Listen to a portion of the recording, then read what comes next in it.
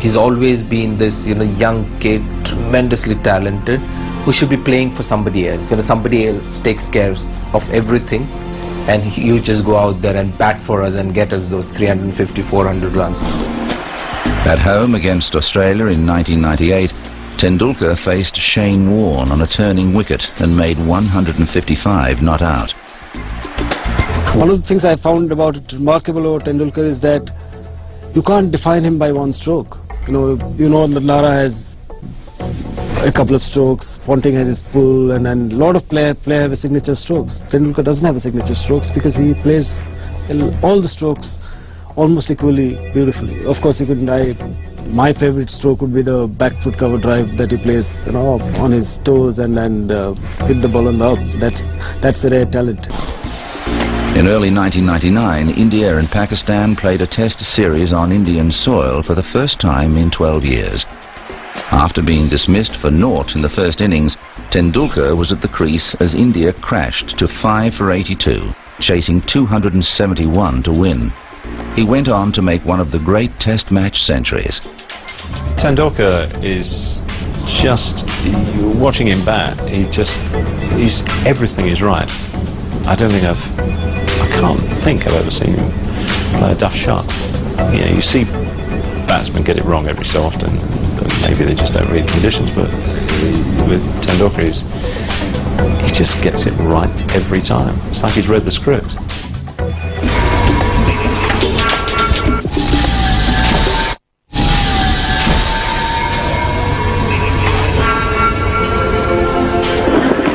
It's a big shot, a very big shot indeed from Tendulkar. One bounce, 4 over extra cover. Tendulkar's popularity in India is unprecedented, but despite the enormous pressure, he retains his humility and dignity. Back home in India, it's a little difficult to move around freely. People love the sport and the sportsmen, so it gets a little difficult. You don't have your privacy. Well, that's a price one has to pay for it. But looking at the other side of the coin, I feel, it's the love and the good wishes which, when you go on the ground, you have 100,000 people cheering for you, praying for your success. That it does help, and it means a lot to me. Over a long time, he's been under scrutiny, under the spotlight, and you can never really look back and say he's done anything wrong. So he's dealt with it particularly well.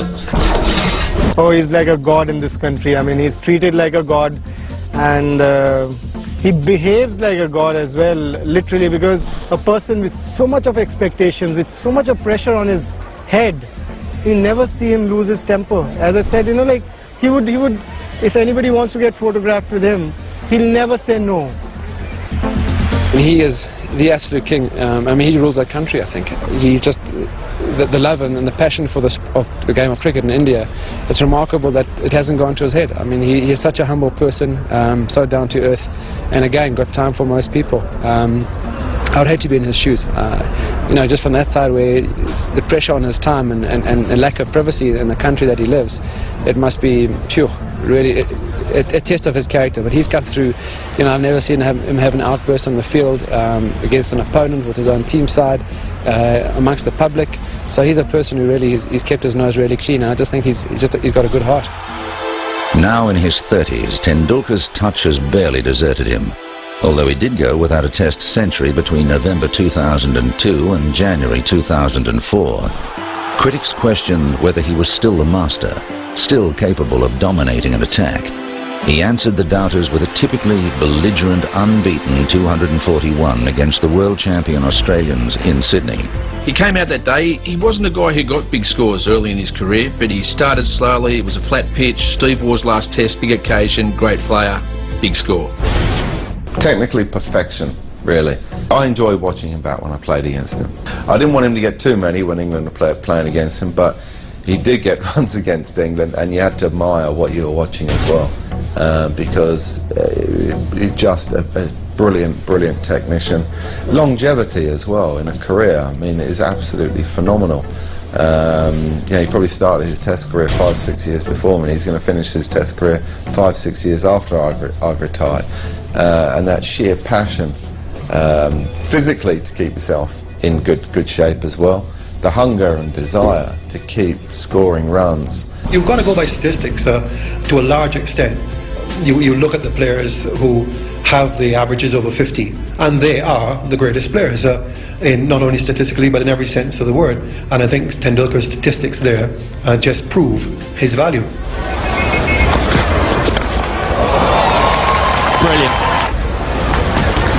Charging over the top. How far has it gone? Has it gone far enough? It has, and Tendulkar has 100. Sachin Tendulkar is the sort of modern Indian great. I wasn't entirely sure about him. I mean, I know Bradman, as soon as he saw him, phoned up his wife and said, and Bradman told me this himself, phoned up his wife and said, you've got to come and have a look at this, because I think this is what I might have looked like. And that in itself, you know, was saying something, and that happened before I was convinced. Then I went and watched him play on some of the good wickets, and in particular I saw him play some innings in Sharjah, in one-day cricket, and he was just something else. I mean, they just couldn't bowl to him. No one could bowl to him. And he played every shot in the book. I mean, he didn't just play at that wonderful straight drive back past the onside of the stumps down the other end. He played every single shot in the book. I set myself a lot of goals, but I keep it to myself. I don't usually speak out. But it's always nice to have targets. Sometimes you reach your target, you feel happy, you want to better it. If you don't reach your target, the next time you try harder. And if you surpass your target, you want to try and score more and more runs. So eventually it boils down to scoring more and more runs the next time you go in.